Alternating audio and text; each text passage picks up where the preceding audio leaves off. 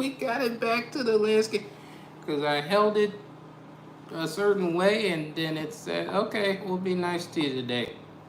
So that's the only reason. The only reason I could think of. But welcome in. I didn't think it was going to work that quick. Hold on just a minute. Hold on just a minute. I was like, what? I was like, this thing is going to mess with me and it's not going to work well. I'm like, let me play with it for a little bit.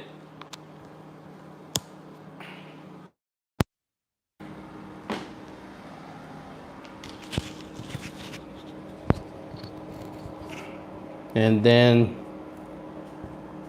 what do you know? So, we are going to go ahead and get into it. We'll turn the heat down a little bit.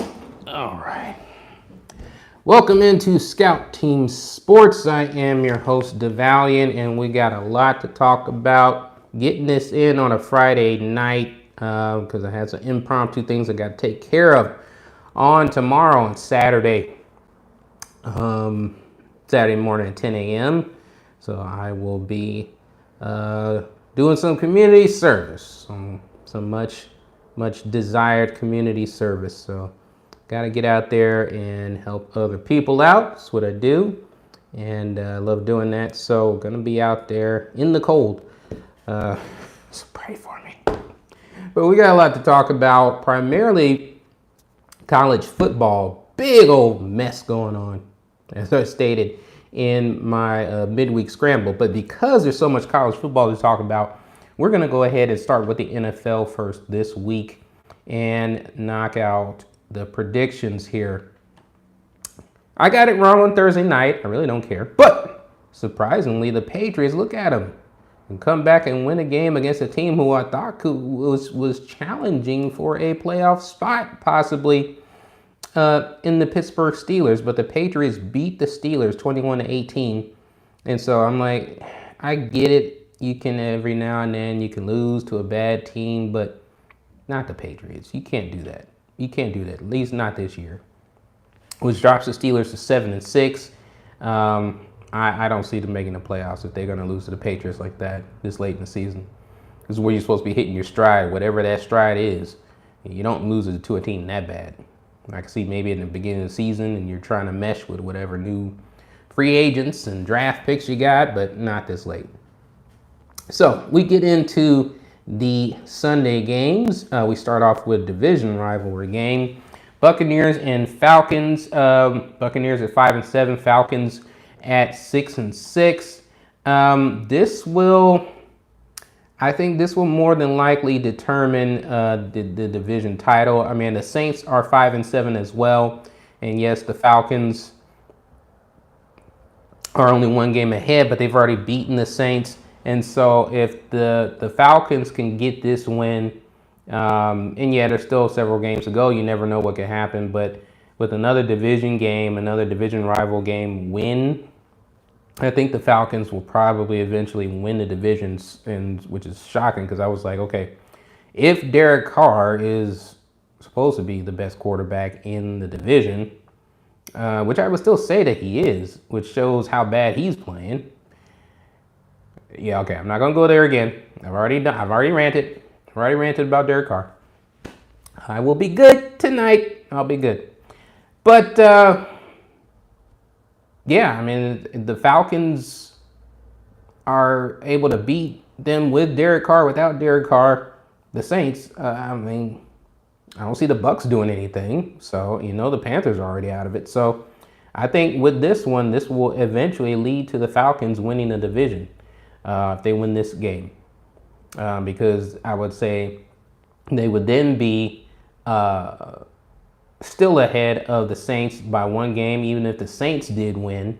And then even if the Saints were to come back and beat them and tie the season series one apiece, I still think the Falcons would have a better division record overall, so they would win the division as long as they stay with them and don't fall behind as far as wins and losses.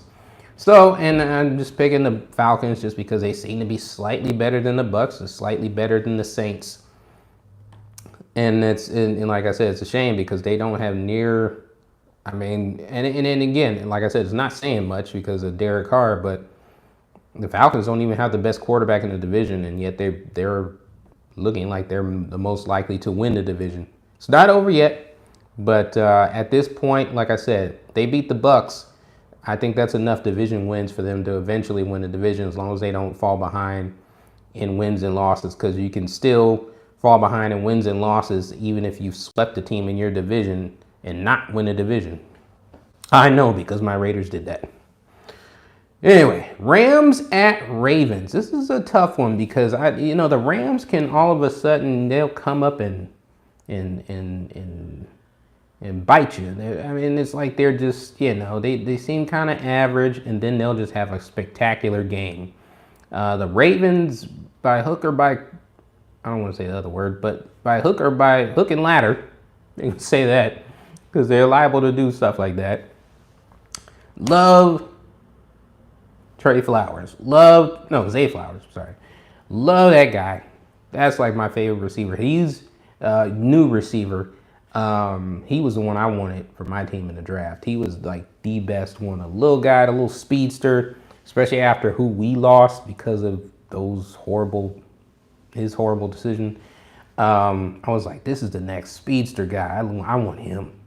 But he's with the Ravens. Hats off to the Ravens for getting him. And he's basically probably like just a smaller version of Debo. To me, Zay Flowers is a smaller Debo. And they're using them as such in the running game as well as the passing game. So, I just like what the Ravens are putting together, 9-3. They got to stick with the Dolphins because they're both tied for the top of the AFC right now, with the Chiefs losing and going down to 4 losses. So they don't want to go down and be down there with the Chiefs and possibly be behind the Chiefs as far as seeding, competing for the number 1 seed. Like I said, mathematically, technically, if the playoffs started today, Dolphins will be number 1, Ravens will be number 2.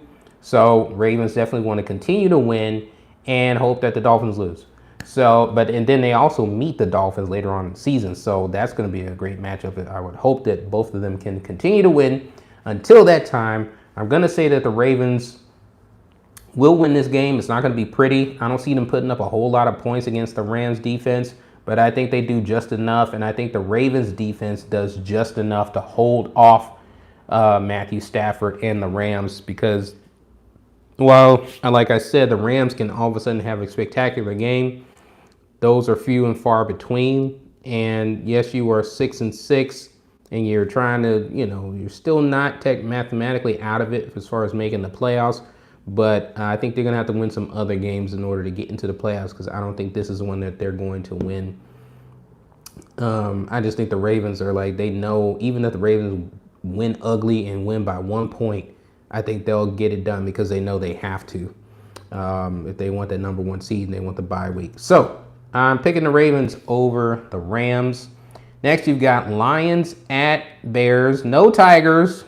No, oh my. Lions at Bears, and I'm picking the Lions here. They're a better team, better quarterback, even with Justin Fields every now and then having like a spectacular game himself. There's a reason why they are 4-8. So they're 4-8 for a reason. The Lions are 9-3. The Lions are not always going to have a spectacular win themselves, but division rival game, they're better than the Bears. It's hard for me not to pick the Lions. Certain teams can lose a trap game. There's other teams I just don't think trap games are possible with them.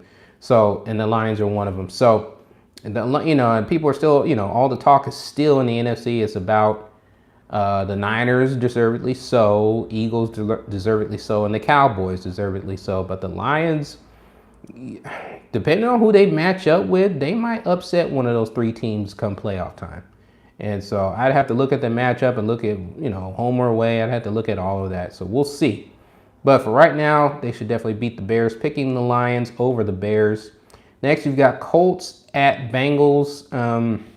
Even with Gardner Minshew, this team is pulling out wins. It's primarily because of their defense. And they're going up against a Joe Burrow-less who's done for the season with the wrist injury. Joe Burrow-less Cincinnati Bengals team. So I'm going to pick the Colts to beat the Bengals.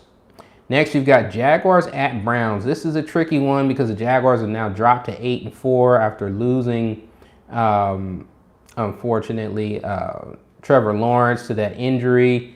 They're saying he's slated to possibly come back and start this game. With them being 8-4 and being in that AFC hunt race thing and being neck and neck with KC right now and not wanting to get further behind. I'm believing they're going to win the division, definitely. But I don't know if Trevor Lawrence is not 100% with that high ankle sprain. Do you chance it right back against probably one of the toughest defenses in the league? I don't know. I would think maybe hold him out for one game. I know you don't want to drop to 8-5. I know that. But I'm thinking about playoffs here. I'm thinking about resting. I'm thinking about playoffs, thinking about safety. I'm thinking about you want Trevor at 100% any time that he steps back out on that field. And maybe if he has to hold off another game, then I think that's for the good of the franchise, for the good of your playoff hopes and being competitive. So I think that they should hold him out. And if they do, I would say probably that the Browns win. If Trevor Lawrence does start, then I say the Jaguars do win and beat the Browns, but at what cost? Because if he could get further injured, I don't like that. I don't like that for the Jaguars. So yeah, I gotta go Browns in this one because I'm thinking maybe they hold him out.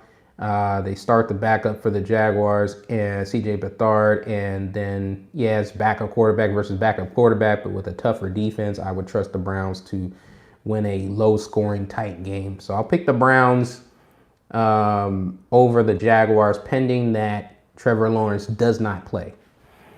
Next, you've got the 1-11 Panthers at the Saints. This isn't much to talk about. Derek Carr, day-to-day with his injury, slated to probably play against the Panthers. And, of course, why wouldn't you? Because second worst team in the league, in my opinion, behind the Patriots. And, that's the type of game that you want to unless you come back after a bye week and you've had 2 weeks to rest, an extra week to rest, then you come back from an injury after the bye week. The other time that you would want to come back, if you're going to come back or when you come back, is to come back against the worst team or second worst team in the league. That's the perfect time to come back. So, of course, I expect him to play, and I expect the Saints to beat the Panthers. Not because the Saints are so good at 5-7, but because the Panthers are so bad. Next, you've got Texans at Jets. I'm liking how the Texans are resilient. Even though they lose, they come back and they beat the Broncos. I think they beat the Jets here as well because the Jets just can't get it together on offense. As great as your defense can be, unless you're the 85 Bears or the 2000 Ravens defense, I don't see you winning a game by just field goals, by your offense barely doing anything. And picking the Texans over the Jets. Boy, look at the Texans, man. And I'm really enjoying that black head coach, black quarterback, even though I don't like what they've done in the past. But still picking the Texans over the Jets. Next, you've got Vikings at Raiders. It seems like the Josh Dobbs experiment was hot for a minute, but now it's cooled off a little bit. But I mean, 6-6, they're still competitive for the playoffs, for a playoff berth. The Raiders, to me, would be at least 7-5 right now instead of 5-7 if they had a decent quarterback. And I get it, Aiden O'Connell's a rookie, but when you got a rookie starting and he was never slated to start in the first place because that's not what you drafted him for. You really drafted him for backup, for emergency. But your former head coach was smart enough to get a quarterback made of glass and Jimmy Garoppolo, and then a horrible journeyman in Brian Hoyer. And now all you're left with, unfortunately, is Aiden O'Connell. So that nips him in the bud. I mean, he has still does have 2 wins to his name as a starting QB. I would think with Justin Jefferson coming back, the Raiders D is going to have their hands full. But I don't know how Josh Dobbs and Justin Jefferson are going to gel. So that's a question. So given how I know how the Raiders play, I'm going to give the Raiders a nod in this one. I'm going to give them a nod in this one, but not by much. It's going to be close. It's going to be a tight game because, like I said, the Raiders are faulty on offense, having trouble with the quarterback issue. They can run the football a little bit, but if the offensive line can't run block sometimes, like they've shown that they can't do, then that's a problem. The Raiders defense, like I said, they'll have their hands full with Justin Jefferson and Josh Dobbs, but do they even mesh? I don't know. And it just seems like what I can understand and what I know about the Raiders as opposed to what I know about the Vikings and their uncertainty. I never go with uncertainty in a matchup. So, gonna go with what I know, even if they do play ugly and they play the Raider way. I'm going with the Raiders over the Vikings. Next, we got Seahawks at 49ers. 49ers did I don't want to say the unthinkable, but just, I didn't think it'd be that bad. Blowing out the Eagles last week. It shouldn't have a problem with the Seahawks either. Seahawks are just not what they once were even last year. And that to me, can be kind of attributed to, teams weren't ready for Geno last year because they didn't think he was going to start. And now, he started and then he starts this year. They're ready for him. And the team's dealing with injuries. Now, Geno's kind of hurt himself a little bit. I mean, they barely made it to the playoffs last year. But with this, it's just not happening this year. And it's not happening against the Niners. So, Niners all day against the Seahawks. Next, you've got Bills and Chiefs, two teams that you probably didn't think would be at the positions they are. Definitely didn't think the Bills would be 6-6. But there were all these rumors now. The captain obviously are coming out talking about, Stephon Diggs wasn't happy and, Josh Allen was this and the Ravens defense was that and all the things going on with Von Miller. And yeah, it's a lot going on with the Bills now to where it was like, I didn't think it'd be this bad. I still figured they'd be in playoff contention, but I don't even see them making the playoffs now. And the Chiefs, like I said, they talk about, they miss Tyreek Hill. No, they miss Eric Bieniemy. That's who they miss. Yes, they miss Tyreek Hill, but not nearly as much as they miss Eric Bieniemy. Remember, they just won a Super Bowl without Tyreek Hill. They have not won a Super Bowl without Eric Bieniemy. That's not to say that they could, but you can already see if you watch their football games, they do not look like the same team. Which means Eric Bieniemy deserves a whole lot of credit that he did not get, which all went to Andy Reid, and now you're seeing it. Yes, they're still 8-4 because Pat Mahomes is better than what people still argue that he is the best quarterback in the league. So when you got the best quarterback in a league that benefits the offense and protects the quarterback like there's no tomorrow, yes, that's going to afford you several wins that you probably otherwise wouldn't have gotten if you didn't have a good running game, which can't remember the last time the Chiefs had a good running game, and a solid defense. And I can't remember the last time the Chiefs had a solid defense either. I don't care what you say about, one game here, one game there. The Chiefs have not had a consistently solid defense in several years. I don't think the whole time that Pat Mahomes has been there, they've had a solid, consistent defense. They have a defense that, to me, plays average, and every now and then has a really good defensive game. That's not a good defense. But with this one, there's so many bad things going on with the Bills. I think the Chiefs win this one by default, just because they're still a more cohesive unit than what's going on with the Bills. And now there's talk about Stephon Diggs said something about Josh Allen and back and forth. And I was like, it's just not looking good for the Bills internally and off the field and what you see on the field. So by default, picking the Chiefs over the Bills. The Chiefs get probably an easy win in what otherwise normally would be a tough matchup for them. But because the other team has got so many internal issues, they're internally combustible. Next, you've got Broncos at Chargers. It would seem like the Broncos are the better team because of the surge that they've had in the second half of the season after being 1-4, 1-5, and now getting to this point, and they're at 6-6. But to me, they're still a middle of the road team, and the Chargers are right one game behind them at 5-7, middle of the road as well. So I mean, as far as close to 500, I mean, I'm gonna go with the Chargers in this one. They're hot, cold, hot, cold, hot, cold, expensive defense. Cold, hot, cold, hot, hot, cold. I'll say this week we flipped the coin and they're hot.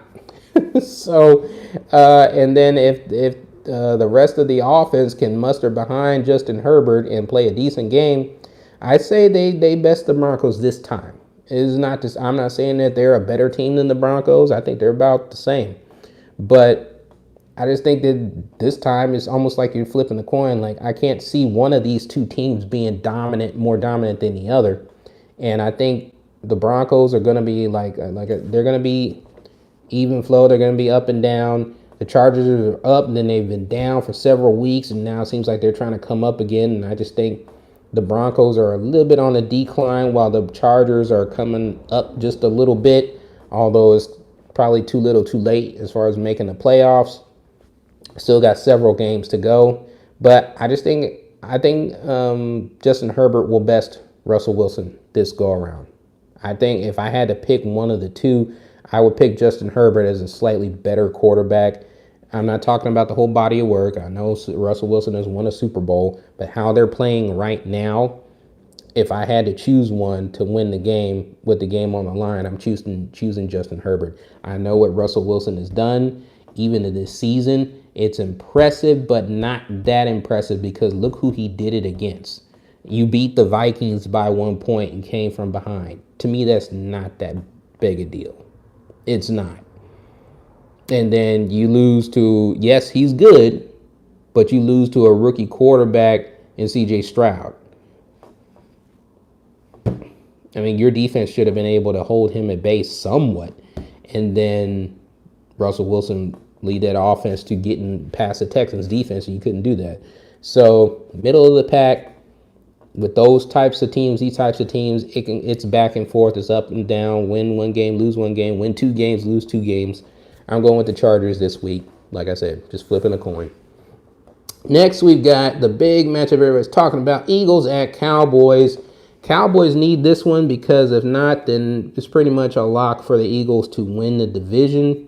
And after getting embarrassed, now I don't see the Eagles getting embarrassed 2 weeks in a row in terms of getting blown out. But do I see them possibly losing to the Cowboys? Yes, I do. The question is it this game, or is it in their rubber match or their third match in the playoffs if they do meet? Cowboys at home, Eagles, barely winning games against teams that they should be probably blowing out, but they're struggling against teams like the Bills and have to come back in overtime to beat them. And then they get mollywopped by the Niners.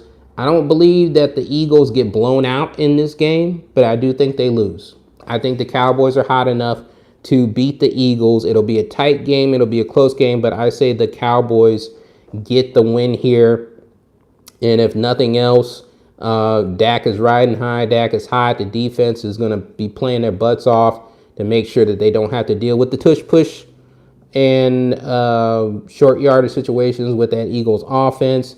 Like I said, there's some shaky things about the Eagles offense to where they, if you are struggling consistently with the average run-of-the-mill teams, what's going to happen come playoff time? So that's got to look better. And just think about this, though. Having to face the Niners and the Cowboys in back-to-back weeks, that's rough. That is rough. I wouldn't want to do that. I don't care how good my team is or would be. I would not want to face this Niner team and this Cowboy team in back-to-back weeks. So, yeah, I think the Cowboys get this one and they split it and they create a whole bunch of controversy and who's going to win the NFC East and who's going to have the number 1 seed in the NFC, all that great stuff, which would, if they lost, it would probably be the Niners. And the Cowboys could possibly win the division, but it's not a guarantee. Even if the Cowboys win, we got to see. But yeah, I like the Cowboys in this one. I like the Cowboys. I think the Eagles are shaky right now. and the Cowboys are, they're hitting their stride and looking strong. So I'm going to pick the Cowboys over the Eagles. That's your Sunday night football matchup. Monday night is Titans at Dolphins. We actually have a doubleheader for Monday night. Titans at Dolphins. That would probably be the one you'll want to watch just because you'll get to see the human joystick video game player. He's not real. His name is Tyreek Hill, but he's not real. So when you see him on the field, that's like they took a video game character and then they put him in real life, and then somebody got like controls, and then they did like they stuck Bluetooth like in his arm or something, and then they would just like they got the sticks right, and they've been just doing all of that, and then he just goes like a video game football player. Yeah, I want him to be MVP too. I just for the sake of breaking up the whole quarterback MVP thing, just for the sake of that, I would love for him to be MVP this year. So that would probably be the game to watch on Monday night, just to watch Tyreek Hill for nothing else. Dolphins over Titans, easy, and they'll improve to 10-3 and continue to hold that number one spot in the playoffs right now. The other Monday night game is Packers and Giants. Of course, I'm picking the Packers because they're on the surge, especially after beating the Chiefs, and they're a better team. So not much to say about that one. But that will conclude the NFL part. And now we are getting to college football. Oh boy, where do I start? With the annoyance? We'll start with not an annoyance and the Heisman Trophy talk. So the front runner is now Jaden Daniels for sure. As far as the Heisman forecast, I kind of want Marvin Harrison Jr. to win it, but I know that because of the way these quarterbacks are looking, Jaden Daniels, Michael Penix Jr., Bo Nix lost the second game. I don't think he should be in the running anymore. But Jaden Daniels won several awards, and usually when it's one quarterback, one player winning several awards, and it's a quarterback, usually he takes home the MVP. So Daniels won the Walter Camp Player of the Year. He won the Johnny Unitas Golden Arm Award for top upperclassman quarterback, and he won the Davey O'Brien Best Quarterback Award.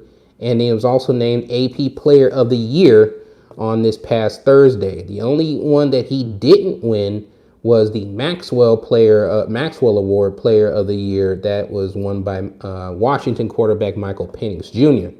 But when one person, especially a quarterback, wins a whole bunch of the individual awards, usually he's the one that wins the Heisman. So if he does, hats off to him.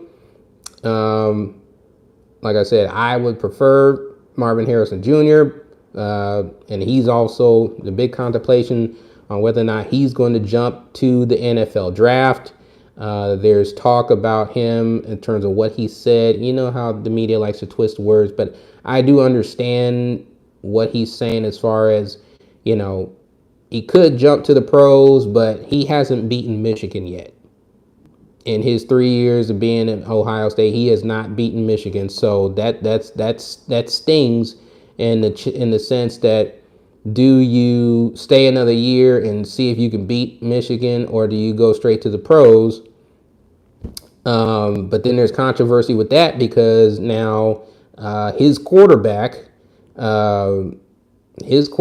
is not going to be there because Kyle McCord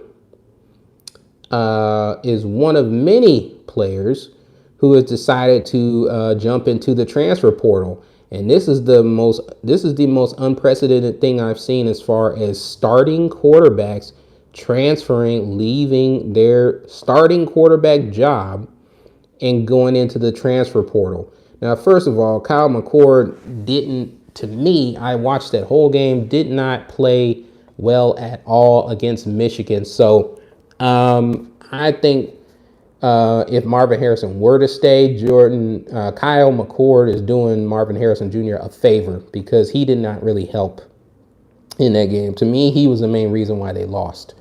Kyle McCord was. He was the main reason why Ohio State lost to Michigan. And even though he was able to get off a couple of throws that weren't too well thrown, Marvin Harrison Jr. still made spectacular, and I do mean spectacular catches in that game. But, I mean, Ohio State is one of those teams where, and they've done it before, they can go grab a true freshman and he can play like lights out spectacular, and he can be 10 times better than Kyle McCord. Ohio State can do that. They've done it before. So that might be an incentive for him to actually stay, because if they get a better quarterback, then they can possibly beat Michigan next year. If everything else stays the same, or other things need to change. But then also, I don't know if he's attached to Kyle McCord, and if Kyle's leaving, then maybe he leaves. I don't know where his head's at right with that. But speaking of the transfer portal, starting quarterback from Ohio State, Kyle McCord, starting quarterback for Oklahoma, Dylan Gabriel, as well, moving. And then, man, so many guys here. And let me go to the other guys here that are leaving. Duke Riley, Duke's quarterback Riley Leonard is leaving. He's in the transfer portal. Oregon State's quarterback DJ Huey, and I'm just going to go with Huey because they call him Huey for short. So DJ Huey, Oregon State's quarterback, is hitting the transfer portal. We already talked about Ohio State, Kyle McCord. Kansas State, Will Howard. Oklahoma, we talked about already, Dylan Gabriel. Temple's E.J. Warner. James Madison, Jordan McLeod. UCLA's Dante Moore. Now, some talking heads were talking about him, especially everybody's motives could be different. He's an East Coast guy. He wants to go back to the East Coast, play college for a team in the East Coast. Plus, there's coaches over there that's coached him before previously that he would want to be under. I can understand that, but there's also other of these where, they're looking at those NIL deals, and the NIL deals are more lucrative than their first contracts in the NFL would be. Their rookie contracts in the NFL would be. I mean, Shedeur Sanders is already getting $5 million for his NIL deal. That's going to be more. That's going to be more than his first deal in the NFL.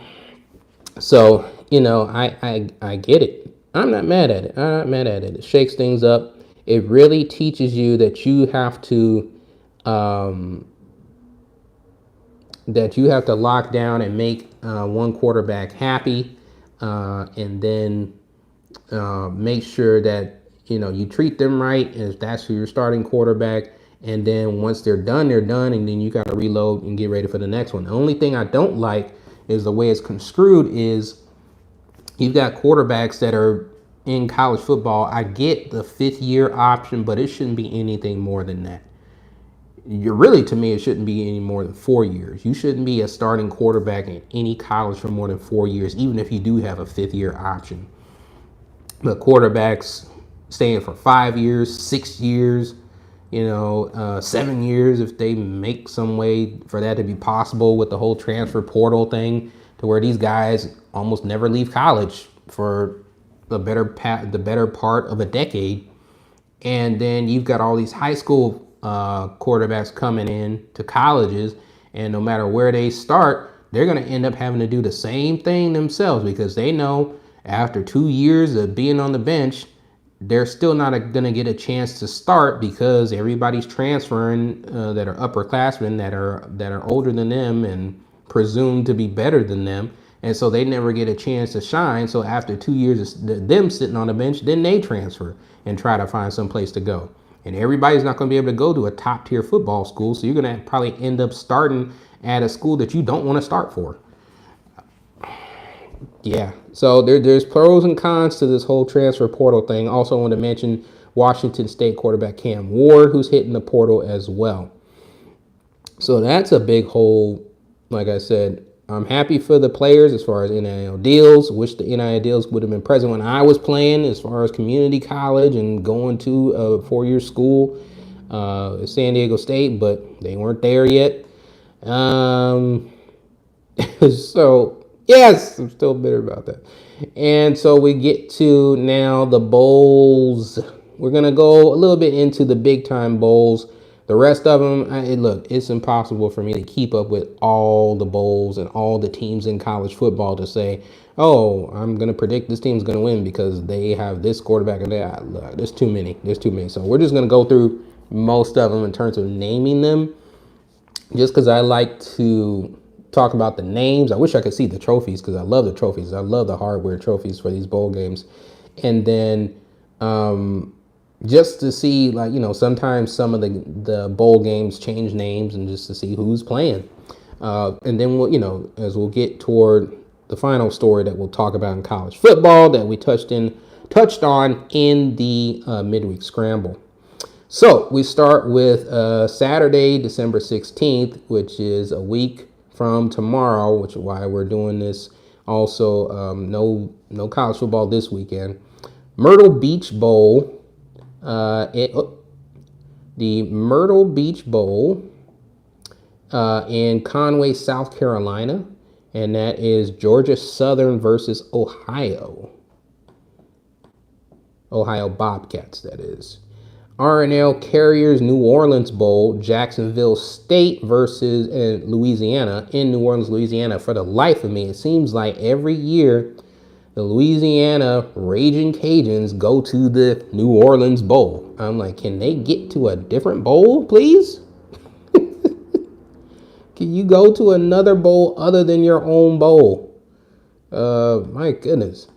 Next is the Avocados from Mexico Cure Bowl. Only thing I knew about Avocados from Mexico was that commercial. I didn't know that was its own company. Maybe it's just the slogan. But the Cure Bowl, C-U-R-E, in Orlando, Florida, Miami of Ohio versus Appalachian State. Next, we've got the Isleta, New Mexico Bowl. Before, it was just the New Mexico Bowl, but somebody's got some money involved in this one now, so we got a new name attached to it in Albuquerque, as Bugs Bunny would say. Albuquerque, New Mexico, and Isleta, New Mexico Bowl, New Mexico State versus Fresno State. So another home game for a college football team in a bowl game. Next, we've got the LA Bowl hosted by Gronk. I was actually contemplating going to this game just because I could. I don't know. I could still get a ticket if I wanted to. I don't know. The LA Bowl hosted by Gronk is going to be Inglewood, of course, going to be in SoFi Stadium. Home team, UCLA, against Boise State. Now, the pickers here have Boise State winning this one. And I guess it's because of the controversy with Dante Moore. Not sure if he's going to be there or not. I'm not sure how this works as far as if he declares for the transfer. Is he going to be there with the team in the bowl game? Would they even want him there since he's saying he wants to leave? Well, that might not be a friendly locker room, so he might not even be there. And if that's the case, definitely I don't see UCLA winning without their quarterback, even though their defense is formidable, I would say, somewhat. And trip also about the LA Bowl, like I said, I like the hardware trophies, but this one, they have a championship belt. Now, how they go with having Gronk as a host to,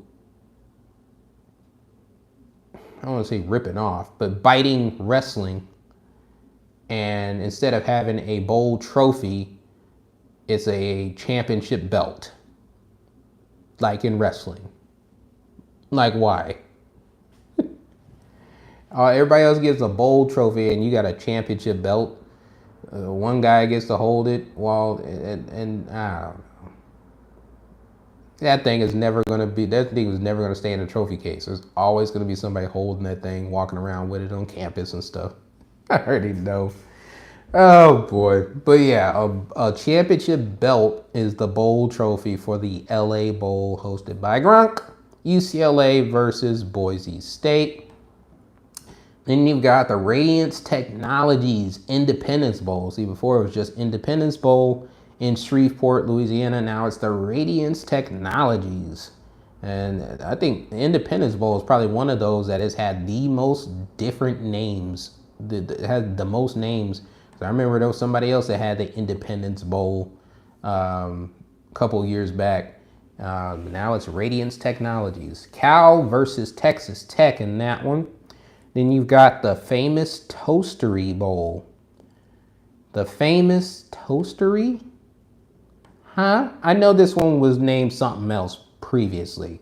Can't remember who it was. In Charlotte, North Carolina, Western Kentucky versus Old Dominion. Old Dominion football team coming up from the ashes. Old Dominion was for the longest time. It was basketball, basketball, basketball. That's all you ever knew about Old Dominion was basketball team getting to the NCAA tournament. Now they look at them, just look at them, got into a bowl game in football. Be out, Old Dominion. Next we've got Scooters Coffee Frisco Bowl in Frisco, Texas. Scooters Coffee? Never knew about it. University of Texas San Antonio versus Marshall. Next, we've got the Boca Raton Bowl, but now it's called the roofclaim.com Boca Raton Bowl in Boca Raton, Florida. USF versus Syracuse. Got the Union Home Mortgage Gasparilla Bowl. That one I know that one had to have had a different name because the Gasparilla has not been around that long. Gasparilla Bowl, Georgia Tech versus USF. And then that's a different USF there. So for that one, let's see here. Let's see, University of South Florida. And then, let's see here. I think they might have did a typo on that though. They might have done a typo on that. Yeah, because that can't be right. Let's see here. Okay, so the one facing Syracuse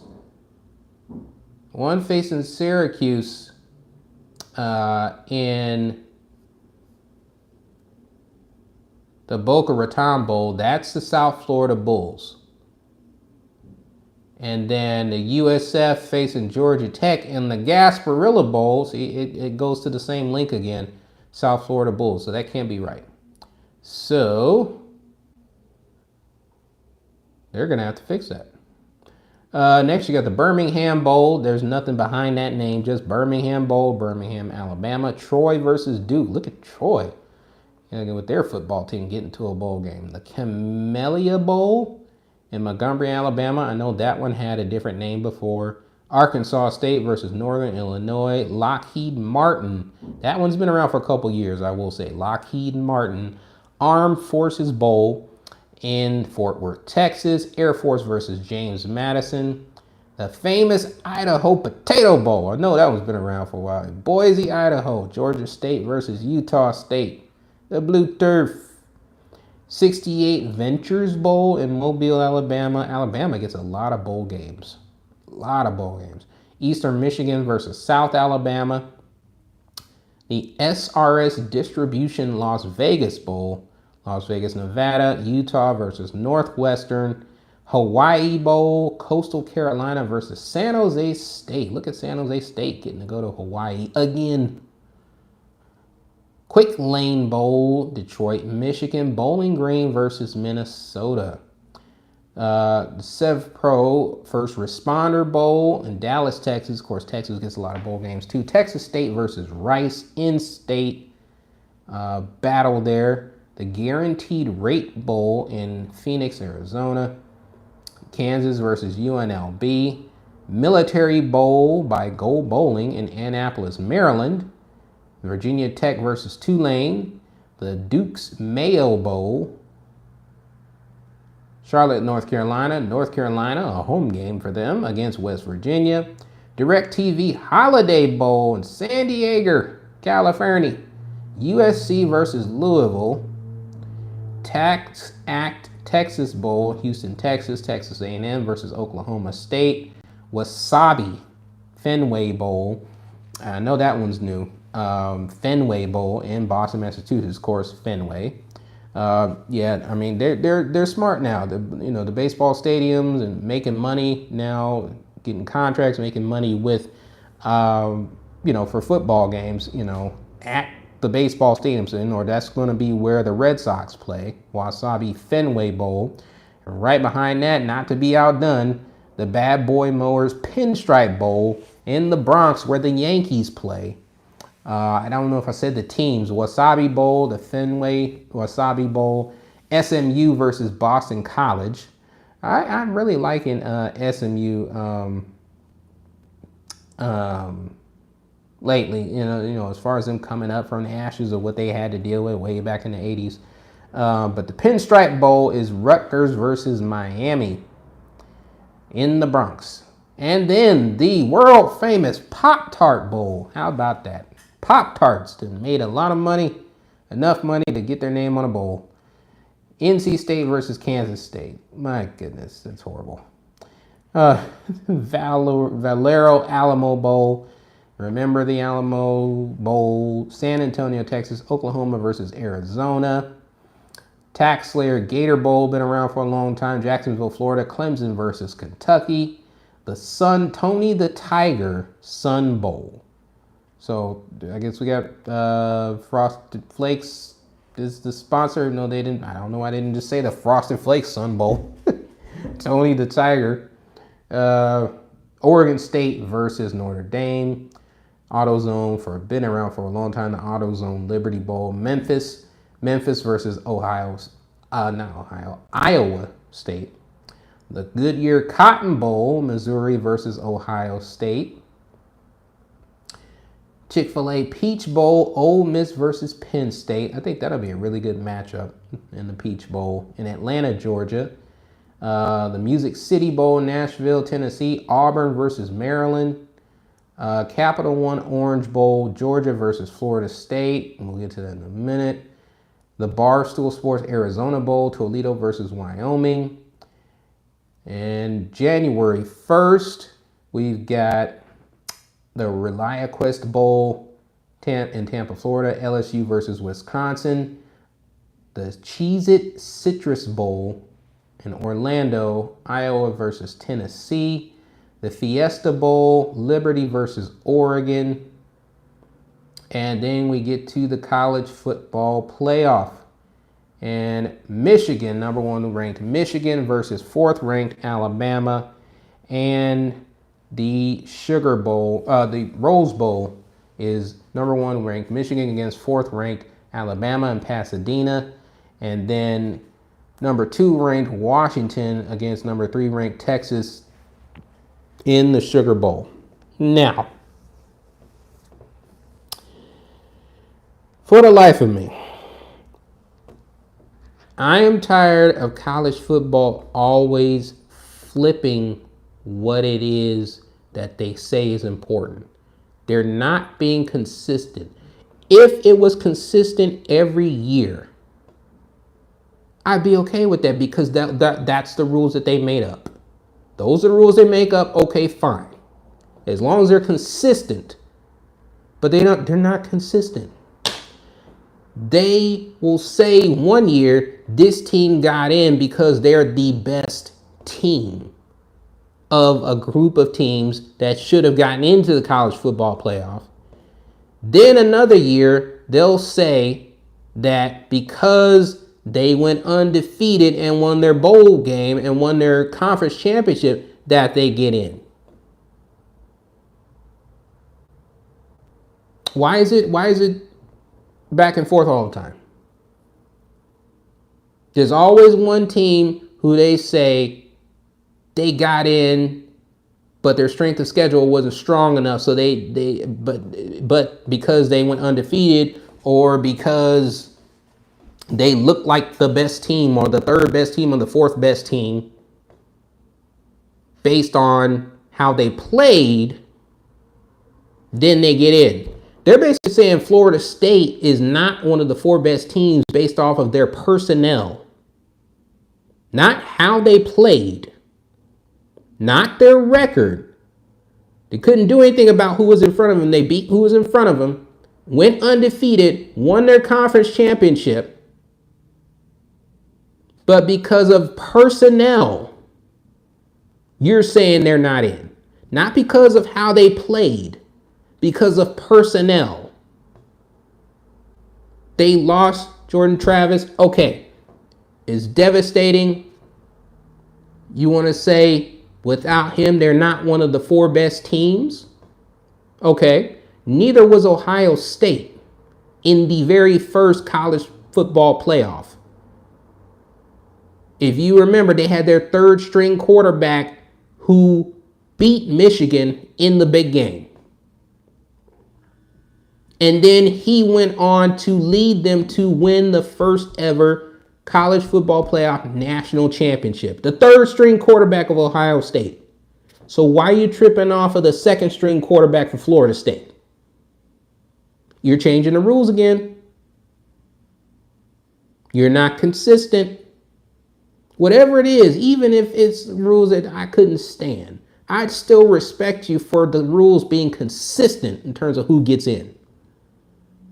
That's why you have to have a larger college football playoff, because it's not because, oh, this team deserves to be in versus this team deserves to be in. No. It's because you can't be consistent on what your criteria is for teams getting in every year.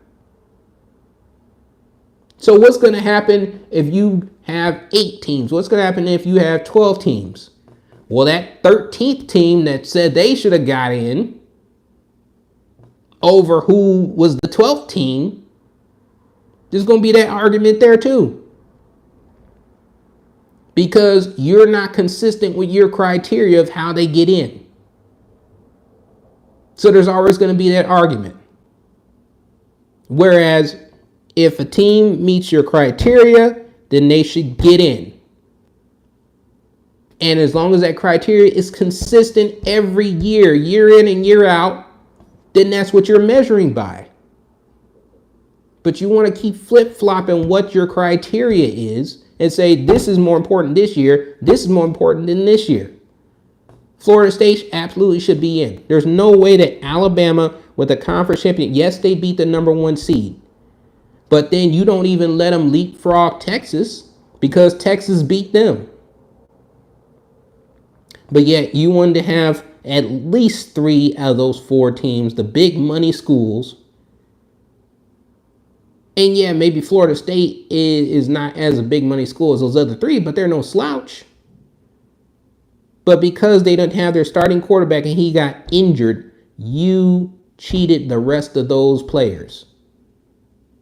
With an undefeated season, and you let 2 teams with 1 loss get in over them.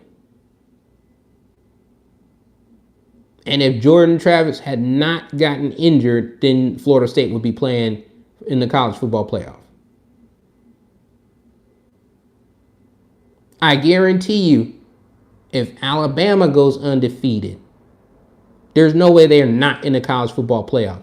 If Georgia would have stayed undefeated, there's no way they're not in the college football playoff. If Texas were to be undefeated, there's no way they're not in the college football playoff. Ohio State, Michigan, if either one of those teams is undefeated, there's no way they're not in the college football playoff. But yet you do it to Florida State. I know a lot of people want to say, make it make sense. You know what? I don't even want you to do that because I already know you can't. I already know you can't. So don't even talk. I don't even want to say make it make sense. I already know you can't. So I don't care. I don't care what your reasoning is, because you are consistently inconsistent with your criteria of who you put in and why you put them in. I don't care what you got to say. I don't care what your reason is. I don't care what any other talking media head says. You're lying. Because NCAA is not consistent with their criteria of why they let teams in. So it's never going to be what it should be. I didn't say perfect. I didn't even say right and fair. It's never going to be what it should be because they cannot be consistent with their criteria of why they let teams in. That's all I got for you guys today. But we'll be back next week as we start the bowls and we get on with the rest of the NFL and the late in the regular season as things start to heat up. I appreciate every one of you for supporting this podcast, Scout Team Sports. I am your host, DeValian. Believe until you stop breathing. Be sure to comment, like, and subscribe. And we'll see you next week. Be in tune for the midweek scramble Wednesday night. We'll see you then. Again, this is DeValian with Scout Team Sports. Believe until you stop breathing. We'll see you next week.